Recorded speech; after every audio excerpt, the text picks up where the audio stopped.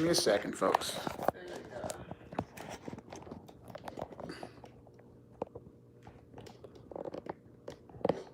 There we go.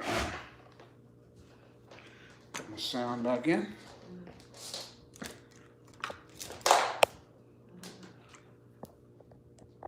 There we go. Now we're cooking with grease. Excellent, excellent, excellent. We got Memphis here. Las Vegas, all right. Good to see you, Brenda. All right, now we're good. Callie's in the house. Deborah, good to see you again. Deborah Schlesinger, she's a great follower of the channel, great supporter. God bless you. Merry Christmas to you, Deborah. Detroit, Motown's in the house. Who else do we have here? We got Peoria, Alabama, Australia, all right.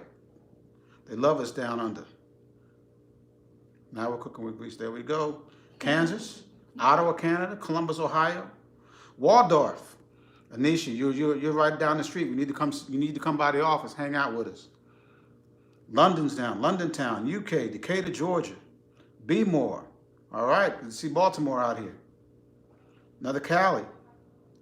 Excellent, excellent, excellent. Whereas we have more people join us.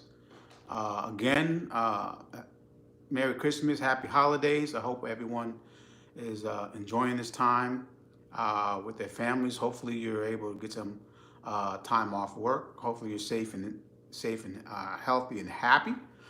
And we wish nothing but the best for you and for your families. We've had a fantastic year here at the DC Foot Doctor channel, and that's largely to supporters and viewers and subscribers such as yourselves. So we want to thank you from the bottom of our hearts, and as you and of course the patients that participate to help to keep the channel going. And about another minute or so, we'll start fielding questions. It will be anything about foot care, lower extremity care, anything you've seen in a particular video, anything that you may currently be experiencing or someone you know may be experiencing. Remember that these live sessions are not a substitution for medical care. So if medical care is warranted, I will always say that you should see a doctor for this. This is not a DIY channel, so if you're looking for DIY type of things, unless it's something fairly simple, I will let you know that. But, if there's a significant medical issue that you need to see someone about, I would definitely let you know about that. All right, see who we're still getting somebody from. We got New Orleans in the house. New Orleans is here. Hopefully, if everything goes well this summer with COVID, it's supposed to be at a convention in New Orleans this summer, this July. So hopefully I'll be able to get down there and get me some boudin. And you know what I'm talking about down there. H-Town, Houston's in here. North Carolina, Nicaragua, all right. Scotland, Chicago. Sean Clark, thank you very much for those words. ATL again. Another from the Netherlands. Gloria from New York, fantastic. All right, Arkansas. All right, so we've been rolling for about 6 minutes, so we're going to go ahead and start fielding some questions or any comments you may have. So again, my wife, Dr. Terry Jefferson, who is moderating, so she's helping me keep up with the questions and comments. Don't forget the super chat. That'll help move your question and your comment up to the top, so we make sure that we do see it, and we thank you in advance for that. So, let me see. Professor K, plantar fasciitis, what is the treatment? Professor K has it, is not sure if the treatment is sufficient. Detroit in the house. Plantar fasciitis, if you're not familiar with the term, the plantar fascia is a thick, fibrous, somewhat elastic tissue in the bottom of the foot. It's attached to the bottom of the heel and fans out to the ball of the foot. It serves as a shock absorber for the foot while we're walking, and it also helps protect the underlying structures, the nerves, the tendons, the ligaments, the bones, the blood vessels, what have you. But like any fibrous tissue that's attached to bone, there can be stress and strain and inflammation where it's attached, and that's what plantar fasciitis is. It's inflammation in the plantar fascia itself. It can occur anywhere from the base of the heel, anywhere along the arch, all the way out to the ball of the foot. It varies from person to person. Causes can be numerous. It could be athletic injury or athletic overuse. It could be from rapid weight gain. We do see plantar fasciitis in the late stages of pregnancy in women. It could be due to occupation. Folks who are starting fitness for the first time. We see it a lot in our soldiers. We see it a lot in mail carriers. We see it a lot in folks who are on their feet for a good part of the day, either for their occupation or for things they do for their leisure. Although they're not the only ones that can get it, plantar fasciitis is very prominent in those populations. I'm sure you may have heard it in some very prominent athletes who have been sidelined for some time due to it. But what it is an inflammation in that tissue. And because we walk on it, it's difficult for most of us to stay in bed for 2 weeks while the inflammation subsides, either with medication, injection, orthotics, or another thing that we use to deal with it. But I think with plantar fasciitis, it typically doesn't go away rapidly. Whatever your doctor chooses for a treatment plan, you have to be kind of patient with it and see what works and what doesn't. Often things have to be done in combination. There's no one magic bullet to deal with plantar fasciitis. I send many of my plantar fasciitis patients, after they've gone through a course of medication or while we're going through a course of medication, to physical therapists who do other type of modalities such as heating, electric therapy, stretching, different type of massages and things like that, that physical therapists are much more adept to doing to treat patients with plantar fasciitis. So it's a combination of things that you have to do. There's not one thing. There's no magic bullet. There's no magic pill to get rid of it. If you're not making significant progress, you have to let your doctor or your therapist know so that changes to the treatment plan can be made. See, next question. You got anything over there for me, Terry? Pelican Tan Beauty says, I recently got my big toe removed about a month ago due to trauma, high heel wearing for an extended period of time. So she said it's healing pretty good. When should I start seeing the new nail start to grow? Well, it all depends on why the nail was removed. You say it was removed due to trauma.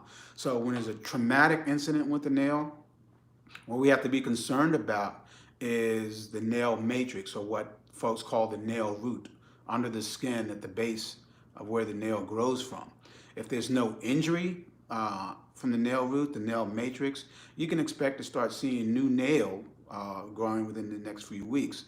In a healthy adult, it could take a few months for the nail to completely replace itself, maybe even up to 6 months or longer in an older adult. So again, what your rate of nail growth is, and how often you need to trim your nails, how often you may go to salon or podiatrist to get your nails cut, or if you do it yourself. So you can gauge how long it's going to take based on your pattern of nail growth. Okay. And then we also have one from Marianne Young. She says, my daughter has an ingrown toenail and is a dancer, so she was wondering if she should have it taken out. It depends on how old your daughter is and how painful the condition is, and if it's something that recurs. If she gets it taken care of, it keeps coming back, then she may need to have a more permanent type of procedure done. If it's happening for the first time, something permanent may or may not be necessary. But if your daughter is a minor, the most common reason why minors get ingrown toenails is because of improper trimming of the nails. So you want to make sure that the nails are trimmed straight across. But see, if she has any swelling, inflammation, redness, significant pain, she needs to see a podiatrist immediately. So what the long-term treatment plan for her will need to be. Okay. And Dorothy Beth says, is there a way to sue a nail shop if you know you got nail fungus from there? Okay, so I did a 4-part series on a patient who visited a salon and ended up with a significant infection and inflammation on the sole of her of her feet. We were able to get that healed up, and she's doing fine now. The problem with suing a location is that you have to prove, one, that you didn't have it before you went in there. And then you have to document his pictures, document his notes, contemporaneous notes. You have to document that you went back to the salon to complain about the situation and what they've done. You have to document that you've been to a doctor to who diagnosed what the problem is, and will confirm that the problem didn't happen just out of happenstance. So, I'm not a lawyer. I can't give you legal advice.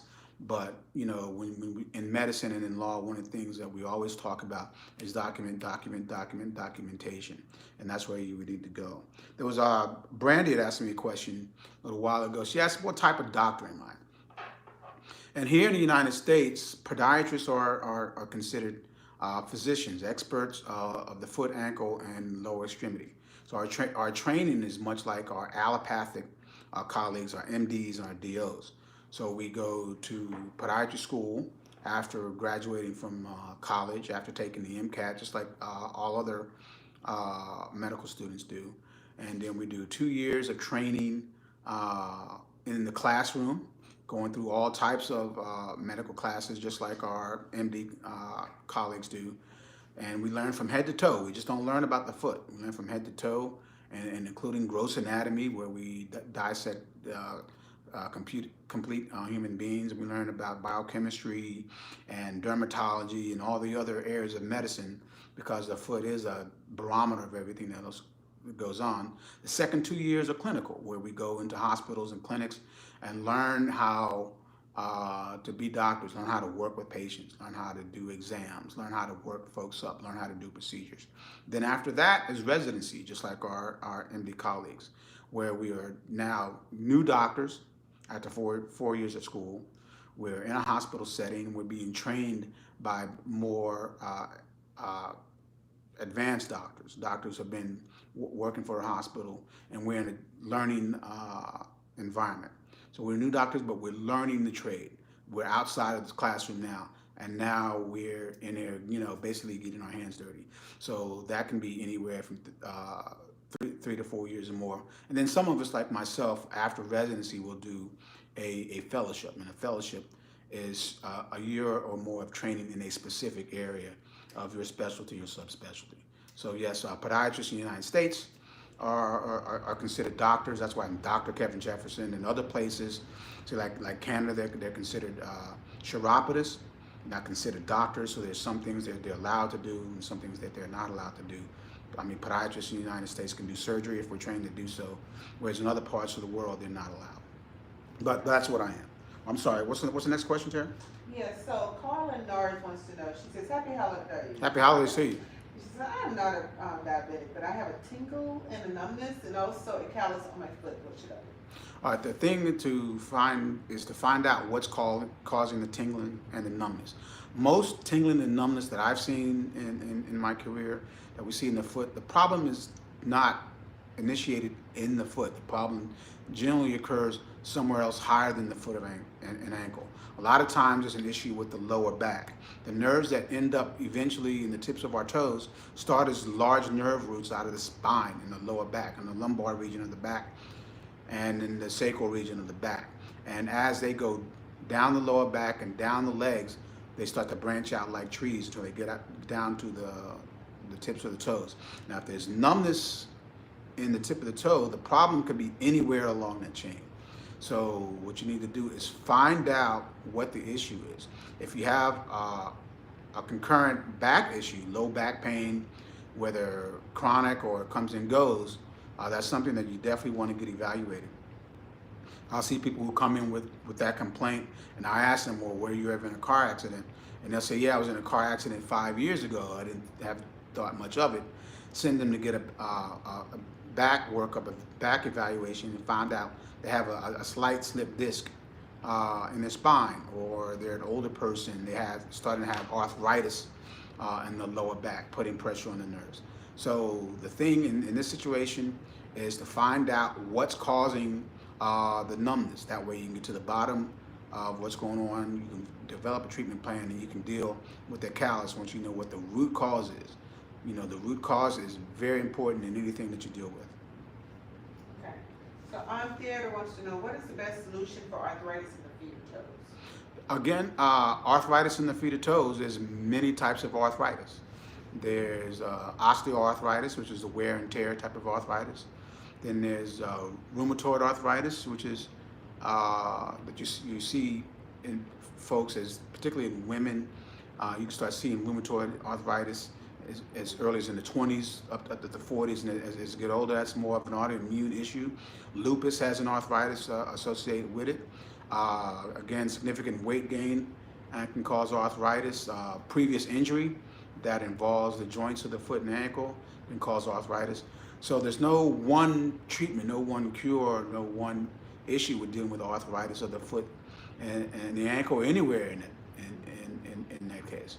Okay. All right, so talk to your podiatrist. Also, you may need to see a rheumatologist to see what's going on with that.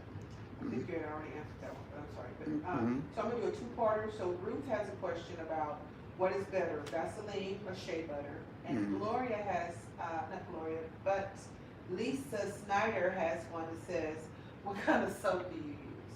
So I really want to answer those two. Okay, we'll start with the skin. Is basic skincare issues. Here's my issue with, or here's my take rather on Vaseline. Vaseline is petroleum based. It's 100% petroleum based, which means it's made from oil. All right. So oil type substances, petroleum jelly, baby oil, things like that are barriers to moisturization. If any of us have washed dishes, we know that oil and water don't mix. The oil flows to the top. So it actually prevents the movement of water from one area to the other. So if you're using just Vaseline to try to moisturize your feet, you're kind of defeating the purpose, because Vaseline is preventing moisture from moving through the skin. So that's why I like to use shea butter and other emollients, because not only are they water-based, but they have an oily structure to it as well. So you get a kind of mix the best of both worlds. Not only are you able to moisturize, but you're able to use the oil from the shea butter to help lock in that moisturization, serve as a barrier to prevent evaporation and to prevent absorption by socks, shoes, bedding, things of that nature. So just Vaseline by itself is not the key. Now, if you already have a lotion that you like, you can put the lotion on first and then put the Vaseline on top as a barrier to prevent, again, evaporation and absorption into socks. And that would work great. But to use Vaseline just by itself, it's not going to do anything for you. And what was the second part? What kind of soap do you use? Lisa Snyder wanted to know. Soap. Soak. Okay, so when we soak the feet of our patients in either our foot bath or our whirlpool, we use the best medicine on earth, and that's water. Water everywhere. Water does great. We'll put an antiseptic solution in it, or maybe a little betadine for sanitary reasons, but that's it. Nothing special, no salts or anything else like that. So when the patients come in, before we do their treatment for corns, calluses, toenails, and other like, we'll soak them in nice warm water, 10 to 15 minutes, and again with that sanitary solution of betadine. D. Banker wants to know, I always have very cold feet. Is this bad circulation, or what can I do? Very cold feet. Now, again, circulation, of course, is the first thing that we think about. If there's not adequate blood flow to the foot, you have to look at why that is. If you have diabetes or any other situation that would give you more of a chance of having a circulatory issue, of course, that needs to be looked into. You could also be having a nerve issue. Remember, temperature, or the reading of temperature or feeling temperature, is something that's controlled by the nervous system. So you need to check into that as well. You need to check into both, the nervous system and the circulatory system, to see what's happening with that. If you have, specifically if you're having the same issue with your hands and fingers, one of the things you want to get worked up for is Reynolds disease. Now, if you're having this issue just in the colder months, that's one thing. But if you're having it year-round, including the summer, when everybody's walking around in shorts and flip-flops, and your hands and your toes are still cold, that could be a more significant issue that you may need to have looked into. Okay. Okay. I got 24-hour diner. You got it? Pain in front of the foot underneath the second toe. No recent injury. Don't know what's causing this chronic pain. Hurts while walking. Almost 60 years old. Is this arthritis? 24-hour diner. It could be arthritis, or it could be a situation we call capsulitis. The capsule is a thick fibrous covering of the joints. And if there's inflammation in that fibrous tissue that covers the joints in the ball of the foot, where the foot meets the toe, then you could have a chronic issue there. Or it could be a nerve issue. It could be a neuroma, which is a growth of fibrous tissue on a nerve. And if you're having issues like, shooting sensations down into the toe, or shooting sensations up the foot, or especially if you're wearing shoes that are tighter, or if you squeeze your feet together and you start to have an increase in that pain, it could be a neuroma. You definitely need to see a podiatrist about that immediately. See if there are some biomechanical issues that are contributing to your problem, particularly if you have flat feet or if you have high arches. And you need to, weigh things like your occupation, your fitness level, your daily activity level, when it bothers you more, going upstairs, downstairs, uphill, downhill, flat shoes, tennis shoes, dress shoes. All these things need to be talked about with your doctor to get to the bottom of the situation. Thank you. All right. So the next one, you got a lot of these already. So Okay. what type, so Kay Harris wants to know, what type of shoe do you have generally, do you recommend for optimal foot health? What type of shoe I recommend for optimal foot health is not a particular brand, not a particular type, because we all have different issues. We all have different occupations. We all have different ages. We all have different health issues that we may or may not be facing. But thank you, Gloria, for the super chat very much. I'll get to your question right here next. So the type of shoe depends on what the person's issues may be. What you always want to make sure is that your shoe is fitting properly and that it's supportive and it's made of good, natural, breathing materials. If you're a runner, you need a shoe that's going to support not only the heel, you need to support the arch and the front of the foot. If you're a police officer, where you're required to wear a certain type of shoe or a shoe that's issued to you, there are different issues in the shoes that you may need. So there's not one shoe that's best for everybody. You have to weigh your entire lifestyle into it and then see what needs to be done. Maybe you need an orthotic to go with that shoe. Maybe you need something else done to the shoe to modify the shoe to make it work for you. But is there just one magic shoe that's going to solve all foot problems? No. But you want to talk to your podiatrist. If you can get a scan, like we do in our office, where you get a pressure map and see where the pressure areas of your feet are, that would be helpful as well. Okay. All right. So someone wants to know, are you taking new patients?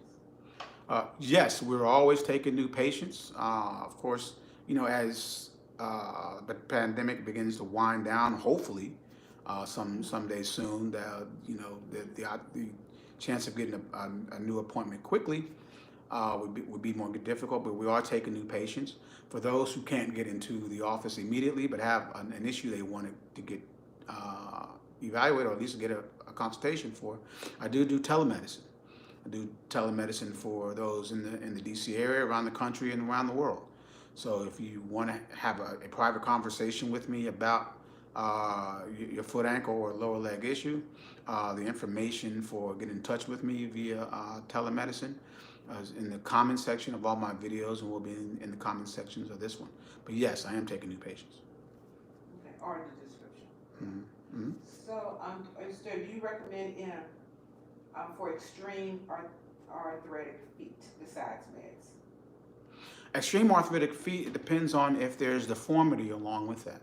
Is there loss of fat in the bottom of the foot where there would be normal protection? If these things are beginning to wane, if there's a formation of bunions, hammer toes, and other deformities that we see with more severe forms of arthritis, then custom-made shoes may be necessary. Those patients find it difficult to wear shoes right out of the shoe store. So, and then of course, different types of insoles and orthotics will have to be incorporated as well. So there's a number of things that will have to be tailor-made to the individual, because I may see two patients with severe arthritis on a particular day, and they will get two different treatment plans based on what their issues are. Okay. Hagerstown, all right, you need to come down the street, right? Come on down, 270 Hagerstown, come hang out with me. Gloria Van Tassel, again, thank you very much for your super chat. So, and Honeybee wants to know what brand of shoe. I know we talked a lot about shoes, but she wants to know what brand of shoe do you recommend for diabetics? And someone else also wants to know about healthcare as well. Is there different type of shoes for healthcare? For healthcare workers? Okay. Let's start with shoes for diabetics.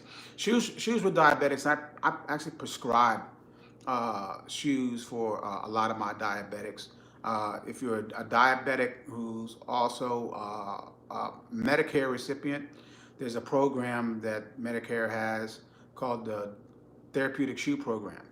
So that's something that you want to talk to your local doctors about. Get into that. Excuse me. So they're not the old Frankenstein shoes that we used to see for diabetics, 10, 15, 20 years ago. Now they have diabetic shoes of different brands, and including tennis shoes, including New Balance and things like that have a diabetic shoe in their inventory now. So you want to look into to see if you are in need of a prescription therapeutic shoe. For healthcare workers, like in my office is a long hallway, and we have 7 treatment rooms. And so it's a lot of walking back and forth throughout the day. So I wear medical clogs. Number one, they're very comfortable. 2, they're very shock absorbing. Number 3, they're waterproof. So, we deal with water a lot, and I don't like to bring wet shoes home. My wife doesn't like that. So I change it to my medical clogs when I get to work. I also have insoles that I wear, and I'm able to put my insoles into my medical clogs. So that's what I do for medical workers. Hospital floors and clinic floors and the other healthcare facility floors are very unforgiving. So that's what I would recommend for my healthcare workers. If you have good walking shoes, athletic shoes, tennis shoes, if you're allowed to wear those in your facility, then I would definitely recommend that as well. Okay. So Antisocial Butterfly wants to know, she says, good evening, is OmniFix that ingrown toenail correction treatment system? Mm-hmm. Is it available in the U.S.? It is available in the U.S. The OmniFix was the device that is attached to the ingrown toenail to help keep it return into the ingrown state. It is here. I haven't found much use for it as of yet, because there are other procedures that we have that deal with the issue just as well. But yes, OmniFix is available here in the U.S. Okay, so many people are giving you kudos, saying that they enjoy your videos and everything. And let's see. Let me answer this question. Diane B. Her husband's diabetic and he won't wear socks in his sneakers or shoes. I told him this is wrong. Am I correct? Diane B, you are absolutely correct. All right, there's a reason why married men live longer. Okay? So wearing socks and sneakers for diabetics is very important for a number of reasons. Number one, socks, especially cotton socks, will absorb excess moisture. So excess moisture will help prevent overgrowth of bacteria and prevent infections that way. Number two, it decreases the friction that we have when we walk around.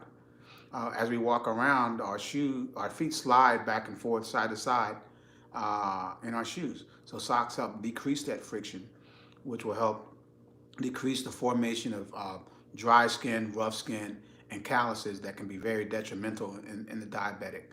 So Diane B, keep working on your husband. Tell him you heard it from me. Got it confirmed here that he should be wearing socks when he's wearing shoes. Thank you.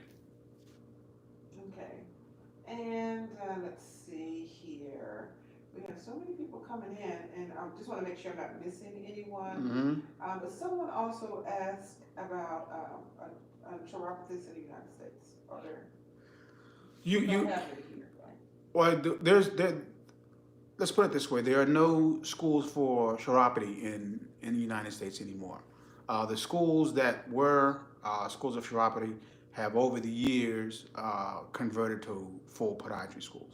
The first podiatry school in the country, which is the school I graduated from, New York College of Podiatric Medicine, started as a chiropody school back in the early 1900s, and it's of course since long converted to a podiatry school. So there's no training for chiropodists. There are other type of foot care providers. There are RNs that are doing foot care. There are certified medical nail technicians that can give certain types of care for people with certain medical conditions that your typical nail salon technician is not able to do.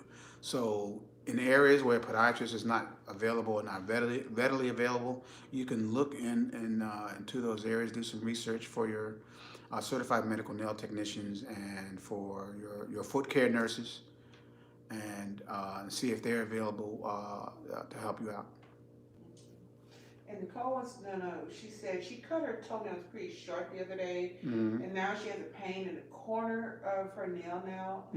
Wants to know, do you think it may be an ingrown, or is the pain from cutting too close to the nail blade? The answer to those two questions is yes. It could be both. It could be an ingrown toenail. If you cut the nail close, typically, especially if you're using a standard nail nipper that you would find in the store or in the drugstore, what happens is you end up missing a piece of nail that's under the skin. The nail is growing not only underneath from the base of the nail, but also on the sides under the skin. And when folks trim their nails incorrectly, they're missing that piece under the skin as it grows out. So as it continues to grow over the days and weeks, now you have a spike of nail, a little needle that's digging into the skin and causing inflammation. And if it causes a break in the skin, it can cause an infection. So you should see someone immediately, see a doctor immediately for this, especially if the pain and if there's any redness develops or any fluid draining from it, pus or anything like that. You want to get on top of that as soon as possible. So it could be just from the trimming of the nail, or it could be a true ingrown toenail, or it could be both. Okay. And Nikisha wants to know, Nikisha. She says she needs your input about her big toe. She said, I think it may need to be taken off and grown back. It looks like fungus, but I'm really not sure. What should I do? Nikisha, for your nail problem, you think you may have a fungus and you think you may need to have it removed, the entire nail, you need to definitely see a podiatrist for this situation. Sometimes we may remove the entire nail, especially if the nail is loose, but the nail does serve a purpose.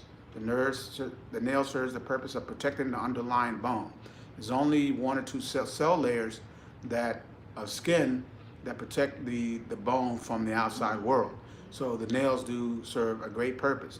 So I get a lot of comments on my videos about fungal nails, and they ask, well, why don't you just take the nails off? Because those nails do serve a purpose. Also, taking all the nails off does not speed up the healing process from the fungal infection, because the nails still need to replace themselves. So we can treat the nails with topical medications, oral medications, a combination of the two, laser. You're still going to take that nail growth time to treat the incoming nail, so that the incoming nail comes in clean and uninfected. When we treat toenail infections, we're not curing the nail that we see today. What we're curing is the nail that's coming in. So whether I take off all 10 nails or if I treat it medically, the treatment time And the recovery time is still the same. It's still going to be based on how long it takes for that person's nails to regrow. So that's why we typically don't remove all 10 toenails for a fungal infection. Okay? Okay, so 24-hour diner says they've been experiencing pain in the front pad of their foot underneath the second toe. Oh, we got that one already. You got that one? We got that one already. Thank you again, 24-hour diner. Oh, okay. Let me you read that one fast. Yeah, I picked that one up. And everyone, and other people wants to know about recommending a podiatrist. Someone wanted one from Flint, Michigan. Flint, Michigan. I'm trying to remember my Michigan folks. I've had some colleagues who trained in the hospital, and I think it's Wayne, and out there. I'll look that up. Do me a favor, email me that question again, and the email address is dcfootdoctor202@gmail. If you forget that, it's going to be in the description of this and all my videos. Email me that. I'll look through my my Rolodex, if those who remember what a Rolodex is. But I'll look through my my contacts and see who I know in that area. Find the question. I saw it come up. Somebody who had dropped a weight on their foot in the gym. Oh,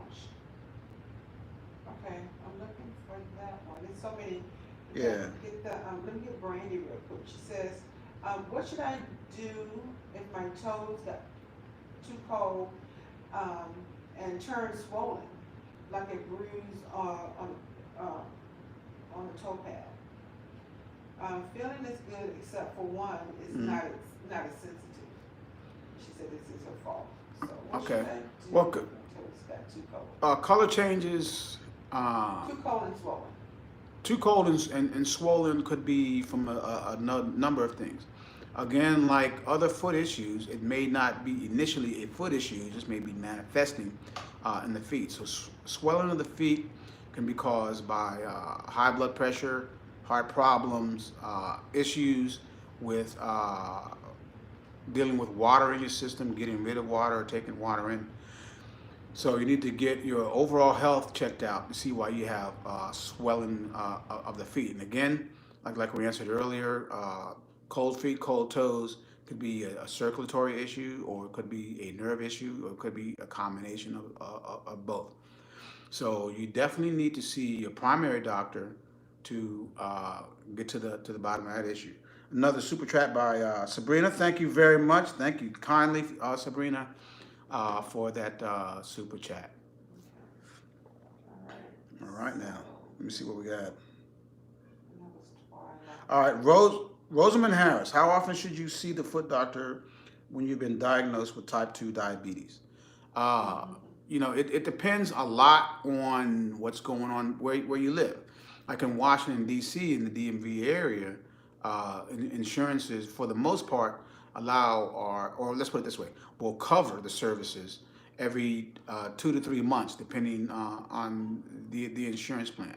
So if you want what we call routine maintenance, because there's certain diabetics who should not be trying to do things at home, like trimming their toenails, especially if they're long and thick or fungal, and trying to deal with things like corns and calluses. They should not be doing that. I've had to perform too many amputations on diabetics who tried to render their own foot care. So in the DC area, it's every 2 to 3 months. You would have to check with your insurance carrier where you live for what their plans are. So, but I always recommend at least 6 to 8 weeks, particularly for diabetics with more severe issues. Okay. And someone else wants to know, do you sell your own clippers? Well, the Loves. All right. What was the name again? The Loves. The Loves. I can dig that. Not selling our own tools as of yet, but that's something that hopefully soon we'll be working with. Tony Owens, thanks for tuning in, Tony. Foot cramps, get them at night periodically. Any ideas on the causes? Foot cramp, particularly in the feet, and also if you get cramps in the calves, what we call rest pain, whether is it at night or you're doing any type of rest, could be an indication of a more serious circulatory issue. So you need to get that checked out. It may be something more simplistic, such as issues with your fluid intake. You may need something just as simple as a Gatorade to help with your electrolyte balance, something like that. But if it's something that's been going on for a long time, you need to get evaluated, and particularly the circulation to your legs and feet. Okay. So Janet wants to know, she says, I currently wear a wedge in my left shoe. Do stretches and she does stretches and she wears a boot at night. Mm-hmm. Is it possible that the was it supination? Supination, okay. Will ever reverse, or will I be experiencing the pain for the rest of my life? All right, Janet, thank you for the question. Janet has an issue. There's the portion before that second. It's a two-part for her. There's a supination of the left foot for 40 plus years. Went to the doctors for the ankle time several times, and wasn't diagnosed until she was 57. So, Janet, thank you very much for tuning in and submitting your question. Supination is the opposite of pronation. And in the foot, supination is when the foot turns in and where more body weight is on the little toe side of the foot and the heel turns inward. That's supination versus pronation, where the heel flares outward. We see pronation typically in our more flat-footed persons. We tend to see supination more in our higher arch patients. The issue that can create is that it gets things out of alignment, and she only has the issue in one side. So over the years, not only has it manifested in her and issues with the foot, now it's gone into her ankle because, of course, everything is connected.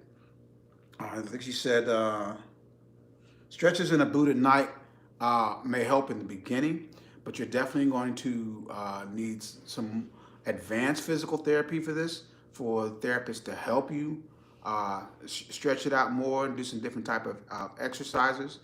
And they may not be able to correct the supination issue, but they may be able to do things to help you decrease the pain and make things more comfortable. Sounds like you're definitely going to need a custom insole and orthotic to wear in your shoes for your daily activities, as well as maybe a brace of some sort to decrease the supination. And depends on how much motion you have in that foot and that ankle. If it's severely rigid, it's going to be more difficult to deal with. Sometimes people need to go all the way to surgery to have these issues rectified. So if you're not working with a podiatrist, a foot and ankle specialist, you need to be doing that right away, get into a therapy program to help with this, because just wearing a boot at night and doing some stretching at home is not going to solve this problem. And Geneva Renee, Geneva. Hey, what's up, Neva? She wants to know, she says, my friend was in the gym and dropped the weight on his big toe a few months ago. Okay. So the whole nail has to be ripped off, and now it's growing back slowly. So far, no pain or inflammation. Mm-hmm. So it's not really a question she's supposed to know about this. Okay, so the weight room has created a lot of work for podiatrists for that one particular reason, dropping heavy weights on the foot. Drop the weight on his foot. I'm sure what may have happened is that developed large accumulation of blood under the nail, and the whole nail had to be removed versus just sticking a needle in it and draining it out. Hopefully there was no other tissue damage or no broken bone in his situation. But again, like I said earlier in the fungal toenail issue, is that it could take 4 to 6 months in a healthy adult to completely replace the big toenail. So be patient with it, keep an eye on it, and make sure that it's adhering well to the nail bed as it grows out, and that it's not being deformed or growing at a strange angle. That would indicate that there was damage to the nail matrix, the nail root. So that would need to be evaluated as well. Okay. And Bree Mack also asked, she says, does urea cream work to cure severe black calloused heels? Urea cream is one of the things I recommend very often for patients with chronic dry skin, thick heels, and cracked skin and fissures. When you're using a urea or whatever you're using, whenever you're dealing with any type of skin issue, I always remind patients that you have to be very patient and you have to be very diligent. Diligent means you have to be almost religious about using the urea cream or whatever cream you're using every day, maybe 2 or 3 times a day, depending on the situation. And then you have to not give up on it too quickly. Most of us want something that's going to work within a few days or a week. Not possible with skin issues. Skin has to be retrained to be normal when it's been abnormal for so long. So it's also just not a urea cream that's going to do the trick. You may need to incorporate socks. You may need to change your shoe type. You may need some biomechanical assistance, such as insoles and orthotics. Cracked heels, dry skin heels, thick heels, they need a multiple or various avenues to help deal with the issue. Okay. Did you get Sabrina's question about the flat feet? I read in the Dr. Show. She says, would you suggest Dr. Scholl's inserts flat feet? Okay. Does memory foam really work? Okay, so here's the thing about over-the-counter products to treat flat feet. No two pair of flat feet are the same. So we need to find out how flat is flat. Are they pancake flat, where they're just flat to the surface? And then we'll see folks with flat feet that we call rocker bottom, where it's curved in the middle. They may need something custom, something more made directly for their feet. Memory foam versus gel versus moleskin versus all the different type of products and materials that are out there is how it's going to be helpful to an individual varies from person to person. I have patients who will get cheap $1, $2 insoles they can get from the dollar store, and it works great for them. Then I have patients who have a similar condition that need something prescription, something custom molded, even though they may have almost the exact same foot type. So again, there's no one thing that I would recommend. It depends on your particular issue, your activity level, weight, what you do for a living, what your daily activities are like, the type of shoes that you wear.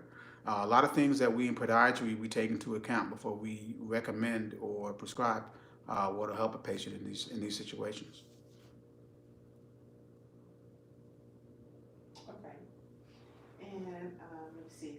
Shanika Renee says, I have a lot of foot pain or feet pain. Could not have an arch. Could an arch play a big part of that? Also, thank you for your time and advice and dedication that you give to your patients. And your wife makes a great team. Oh, thank you. All right, Shanika Renee, thank you very much for that question. Thanks for the shout out to the wife. Again, not having an arch or having flat feet will definitely play a great part in the foot pain that you're experiencing. Again, see a podiatrist, foot specialist as soon as you can, and try to get a doctor or a location that does digital foot mapping. So the exact pressure areas of your feet can be mapped out, can be seen on the screen or printed out. So you and the doctor will know exactly what your issues are, so you will know exactly what treatment plan will work for you. But not having arches or being flat-footed is definitely playing a role in the issues that you're experiencing. Okay. And 2% wants to know, does laser treatment work for nail fungus? All right. Thank you, Janet, for that. Big super chat. Thank you very much, Janet. Teets, I hope I said that right. Back to the question. What was it in? Wants to know about nail fungus, the laser. Okay. Laser treatment for nail fungus. Laser treatment for nail fungus is kind of hit or miss. It's approved by the. Let's put it this way. It's cleared by the FDA. All right, but it's not approved by the FDA. There's an FDA clearance and a FDA approval. Clearance says that it's safe to be used on patients. It may or may not help this particular situation, but there's nothing the FDA has seen in this treatment to say that it shouldn't be used. All right, FDA hasn't said that laser treatment will work every time. Laser treatment may have a success rate in some areas of 50%, other places higher, other places lower. I don't use laser treatment because the success rate is not great enough for me to justify the cost for the patient. Laser treatment is not covered by any insurance, and that's because it's FDA cleared, not FDA approved. So you have to come out of pocket for that. I've had patients who come to my office after getting laser treatment elsewhere and have spent hundreds, even thousands of dollars for treatment that didn't work. And sometimes the reason why that is because it wasn't a fungus to begin with. Before I put my patients on any medication, be it topical, oral, or what have you, I always send samples of the nails to the lab to confirm that they have a fungal infection and to identify which species of the fungus that we're dealing with, so we'll actually know what path to take to treat these patients. So I'm just going to say what Janet said. She said, "Thank you so much. You have given me more information in 5 minutes than I have received in over 40 years. I'm crying with relief to know this information." So thank you, Janet. Janet, thank you again for your kind words. That's what the channel is all about, giving good foot health information to the people so they will be able to take it and use it to help improve not just their feet but their entire lives. I appreciate your sentiments. Thank you very much, and again, thank you for that super chat. And Lauren also wants to know, she said, "What do you know about the COVID vaccines?" So I'm kind of scared of it. I've never had a flu shot either. Okay, Lark, I don't know where you stand with vaccines in general, but I know for me, when the vaccine comes around to my door, given what I do for a living, not just in my office, but going in and out of hospitals or what have you, one is going to be mandatory for me. That's just going to happen. So when it comes to me in my office, we'll be taking it. I haven't seen anything other than a few adverse reactions on some people that would make me hesitant to get the vaccine. I get a flu shot every year. Again, being a healthcare worker, we get it all coming into the office. So we want to make sure that we're protected. If you have any hesitation about the COVID-19 vaccines, because there's multiple now, do some research on them, and most importantly, talk to your doctor about it. If you can't get into the doctor's office, see if that doctor is doing telemedicine. If not, check with your local government. They'll have information about the vaccine. You can also go to cdc.gov, and they'll have a lot of information on the vaccines that will help answer your questions. So we have time for maybe 2 more. Okay. About 5 more minutes. So let me see. I'm just trying to look. There's still quite a few. I know someone wants to know something about sterilizing foot baths. What's the best way of treatment for doing that? Okay, so in my office we use Whirlpool, and again we use which is a rotating water therapy, and we also have just a simple foot bath. But because we use it so often in between patients, after we're done with it, we completely drain it, completely dry it, and then sanitize it with Whirlpool, with standard Whirlpool sanitizers to completely clean it from top to bottom before refilling it for the next patient. The same goes with the foot bath. So if you have a Whirlpool, they're on Amazon and other sites. There are Whirlpool cleaners that you'll want to get. You don't want to use anything too harsh. You don't want to use anything too bleachy, because that can sometimes be hard to get out. And you don't want all that bleach and whatnot getting onto your patients as it mixes around in the water. So there are Whirlpool cleaners made just for that. So check that out if you're using those in your employment. There was one more from Scotland. Karen Kumar from Scotland. Born with lymphedema up to just over the knee. Very swollen and hard legs. Can this be causing back pain? A general practitioner says back pain is wear and tear. Any issue with the lower extremity can cause back pain. Someone who's had a broken little toe and has had problems with it for months can develop back pain due to the imbalance that it creates when we walk. So having lymphedema and that swelling and the heaviness and the issues it creates with the other joints, it's not just the swelling, but it's the joint issues that go along with it. It's the biomechanical changes that go along with having lymphedema. So yes, lymphedema can definitely play not just an indirect, but a direct issue with your back, because it's going to change the way you walk. Lymphedema is rarely even on both sides. I've seen patients with lymphedema on just one leg. So it's going to throw your balance off. It's going to change the way you walk. And over time, the body's going to adapt and cause changes in the soft tissue, shortness in the soft tissue, put stress and strain on the joints and the ligaments and everything. And yes, that can definitely cause a direct issue with your back. So you need to work with your lymphedema clinic and your GP and a low back specialist all together to help come up with a plan that's going to work great for you. Okay, great.